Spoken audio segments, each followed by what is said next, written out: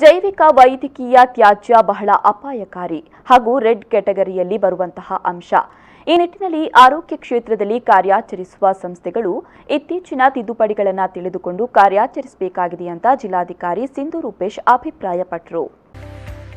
ಕರ್ನಾಟಕ ರಾಜ್ಯ ಮಾಲಿನ್ಯ ನಿಯಂತ್ರಣ ಮಂಡಳಿ ದೇರಳಕಟ್ಟೆಯ ನಿಟ್ಟೆ ಪರಿಗಣಿತ ವಿಶ್ವವಿದ್ಯಾನಿಲಯ ಹಾಗೂ ದಕ್ಷಿಣ ಕನ್ನಡ ಜಿಲ್ಲಾಡಳಿತದ ಸಂಯುಕ್ತ ಆಶ್ರಯದಲ್ಲಿ ನಿಟ್ಟೆ ಪರಿಗಣಿತ ವಿಶ್ವವಿದ್ಯಾನಿಲಯದ ಅಂಗಸಂಸ್ಥೆ ಎಬಿ ಶೆಟ್ಟಿ ಸ್ಮಾರಕ ದಂತ ವೈದ್ಯಕೀಯ ವಿಜ್ಞಾನ ಮಹಾವಿದ್ಯಾಲಯದ ನೂತನ ಸಭಾಂಗಣದಲ್ಲಿ ನಡೆದ ಜೈವಿಕ ವೈದ್ಯಕೀಯ ತ್ಯಾಜ್ಯ ನಿರ್ವಹಣೆ ಪ್ರಸ್ತುತ ಸ್ಥಿತಿ ಮತ್ತು ಭವಿಷ್ಯದ ನಿರ್ದೇಶನಗಳು ಒಂದು ದಿನದ ಜಾಗೃತಿ ಕಾರ್ಯಾಗಾರದಲ್ಲಿ ಅವರು ಮಾತನಾಡಿದರು.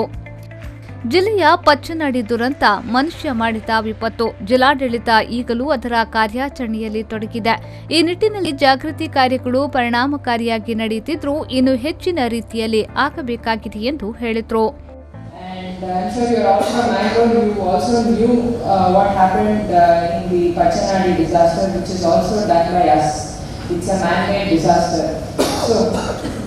And which we still need to clean up and also think about what we need to do in future so that such acts don't recur.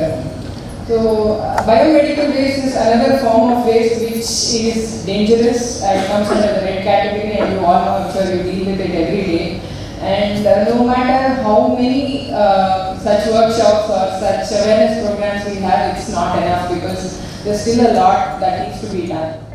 Nitte ವಿಶ್ವವಿದ್ಯಾನಿಲಯದ ಕುಲಪತಿ ಡಾಕ್ಟರ್ ಸತೀಶ್ ಬಿ ಭಂಡಾರಿ ಅವರು ಕಾರ್ಯಕ್ರಮದ ಅಧ್ಯಕ್ಷತೆ ವಹಿಸಿ ಮಾತನಾಡಿದರು.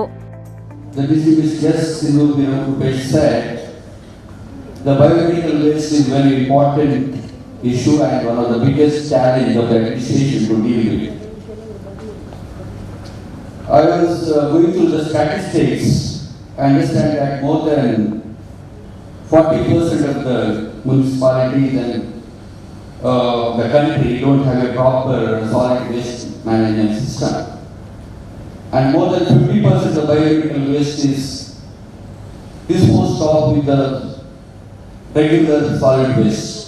It's very unacceptable thing because, as Sriniketan said, it can cause lot of hazards and health issues.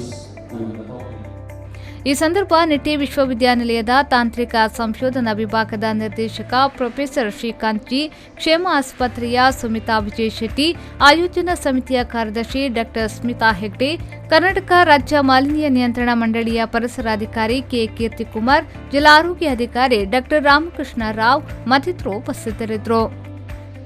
Arif ಕಲ್ಕಟ, ವಿ4 news 24/7 Deralakatte.